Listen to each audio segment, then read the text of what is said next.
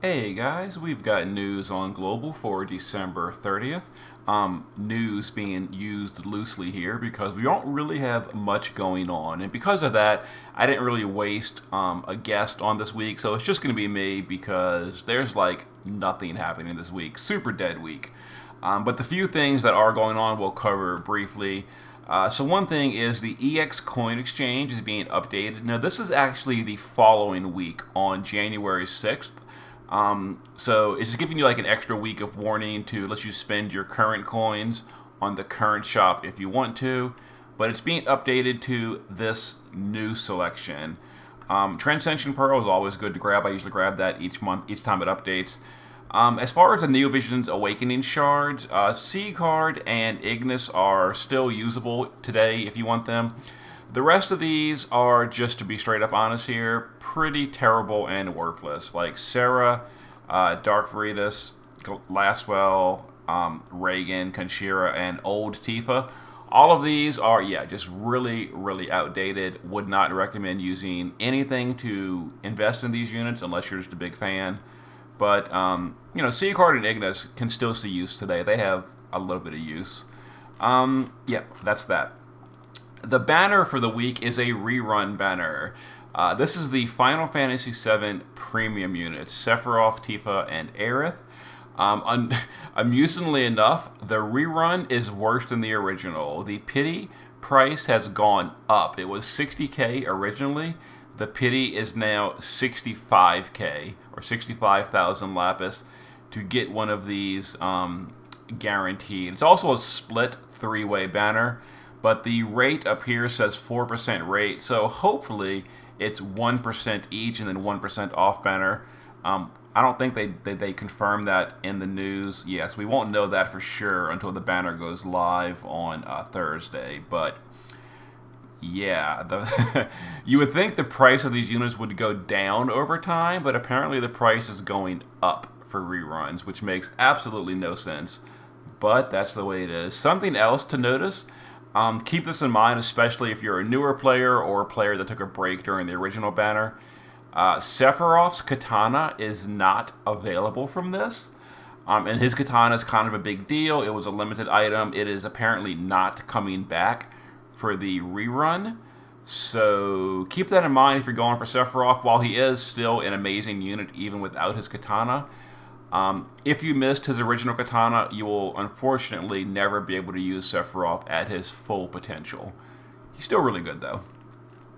But even so, even though he is really good, it's still hard to recommend you chase him on this banner because the price did go up, which I'm still confused about, but it did.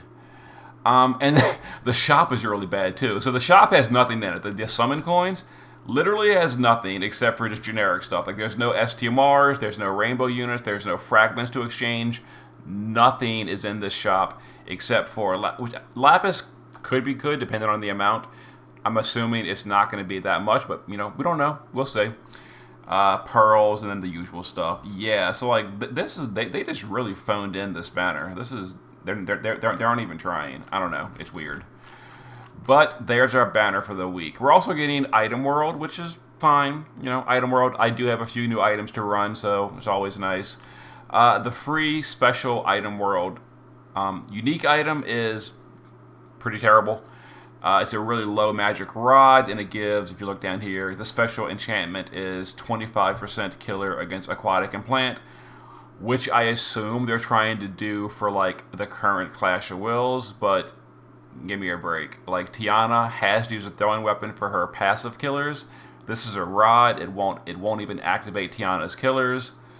The killers are terrible, so you're not going to trade out 150 plant and aqua killer on Tiana in order to get 25 plant and aqua from this terrible rod. Like, come on, Gumi. This week is a real embarrassment. What is going on? So yeah, so here is a terrible rod with very very low killers. Other than that, nothing really. It's just Item World, same as always. And then some other small updates. On the 30th, we are getting Joy Chew the World. I don't know if this is this the original one or is this like a special boss that's coming in? Where's the old one? No, so the old one is called Ochunabom. So this is Joy to the World. But they didn't give us any information about that. So I'm not sure what that is. I'm not sure if it's like part two of the current Ochu fight or something. We went over Item World. We went over Final Fantasy. This is we went over all this. And then some bundles. So let's see. Not some princesses bundle. This is probably Aerith. That's definitely Aerith. The Mountain of Fortune I didn't really cover. That's just one of those like Fountain of Lapis, but worse. And then a login bonus. So yeah, there was the news for the week. I will mention that the Clash of Wills, not obnoxious, the Frost drops for Clash of Wills, where you can exchange it for Neovision units, that is closing in 2 weeks. I assume to be replaced by Season 3 Clash of Wills shop.